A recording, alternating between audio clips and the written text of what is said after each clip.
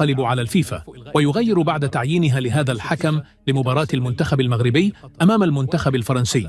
وإنفانتينو ورئيس لجنة الحكام كولينا يوضح السبب، ورئيس الاتحاد الفرنسي يشكو المغرب. شاهد ماذا حدث قبل المباراة الهامة والمرتبطة للمنتخب المغربي أمام المنتخب الفرنسي في ربع نهائي كأس العالم. فقد علم من الكواليس رئيس الجامعة الملكية فوزي لقجع بأن هناك نية لتعيين الحكم المكسيكي سيزر راموس لمباراة المنتخب المغربي مع المنتخب الفرنسي.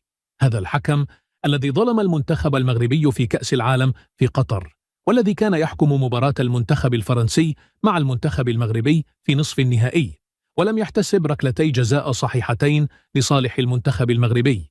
فقد دخل على الخط رئيس الجامعة الملكية فوزي لقجع وتحدث للإذاعة المغربية منذ قليل وقال: لقد علمت من مصادر الخاصة والكواليس السرية للغاية داخل الاتحاد الدولي لكرة القدم أن الفيفا تتجه لتعيين الحكم المشبوه المكسيكي سيزر راموس مجددا لإدارة مباراة المنتخب المغربي القادمة أمام المنتخب الفرنسي. هذا الحكم المكسيكي هو نفسه الذي كسر ظهر المنتخب المغربي في قطر وتغاضى عن احتساب ركلتي جزاء صحيحتين 100% بشهادة الجميع وخبراء الحكام في العالم لصالح أسود الأطلس، مما حرمنا من التأهل التاريخي للنهائي وقتها.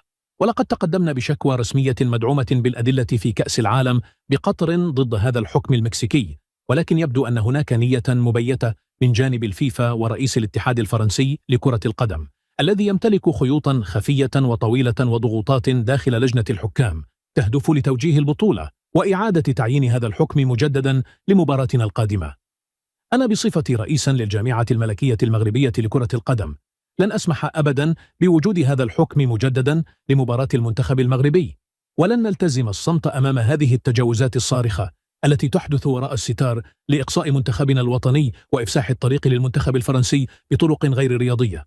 ولذلك أنا تحركت فورا وتقدمت باحتجاج رسمي شديد اللهجة للاتحاد الدولي، وتحدثت مع رئيس الفيفا جياني إنفانتينو شخصيا في مكالمة هاتفية عاصفة ومباشرة، وأبلغته بكل وضوح وبدون أي تردد: إذا لم يتم تغيير هذا الحكم المكسيكي فموقفنا سيكون حاسما ولن نلعب هذه المباراة نهائيا.